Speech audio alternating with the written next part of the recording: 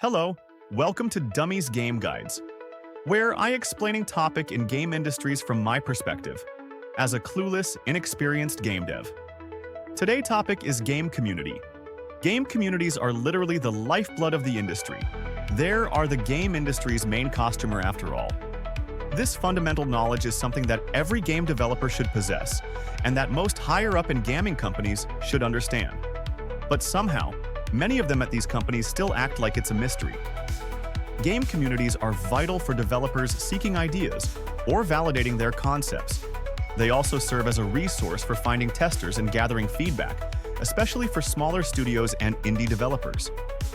Larger companies typically have their own channels, methods, or communities. In the nutshell, dev create game based on the gamer's input, as they are the reason the game is made. If a game fails to resonate with these communities, it will flop. Or by some miracle, it somehow bait other type of communities it might be survive. That's why their job like community manager. Their job is manage community made by the company to gather data, tester, and audience that has higher change will buy and play their games. Communities often develop on its own, making their trajectory hard to predict. They're also the case where a community grows to an undesirable direction. You know where I'm going with this, right? Yes, we're talking example of Genshin Impact community. It an overuse example of toxic community and yet the most perfect example of how worse it can become. Genshin Impact's player base has an extensive history of stalking, harassment, and death threats being thrown not just at fellow players, but also developer and voice actor. But no is not the main problem.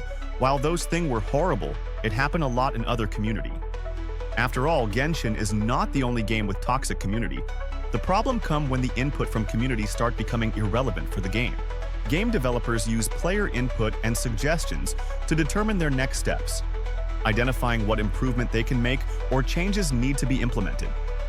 This is done through surveys or by conducting in-depth analyses of player comments on platforms like Reddit or social media. However, filtering out invalid negative feedback or irrelevant input requires significant effort, especially given the influx of non-constructive criticism that accompanies each new update, particularly character updates. A notable example is the upcoming character Verisa, who has faced backlash primarily due to her design being perceived as overly sexualized, her body proportions, fan service-oriented aesthetics, and a perceived mismatch between her design and the cultural, regional context she originates from. People gotta understand, Genshin is, at its core, an anime gacha game. Their main target's anime fans, or weebs. The designs should be over-sexualized. Every character they sell is their revenue. Selling realistic, ugly, or normal characters won't make them money.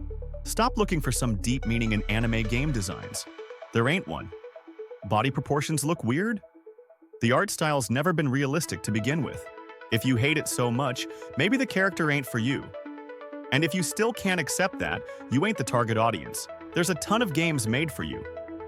Don't force yourself to play Genshin Impact. If you actually care, provide constructive and logical feedback. Point out what's broken and suggest fixes. Figure out why the character feels mid and how to improve it. Because if the player base keep going on like this for every update, developers will have a hard time understanding how to improve the game, which could result in Genshin becoming stagnant, worsening, or, in the worst case, shutting down sooner rather than later. So how do you think? Will Genshin community improve in future? Subscribe and like if you want to hear from me more. Comment if you have your own opinion or if I make mistake.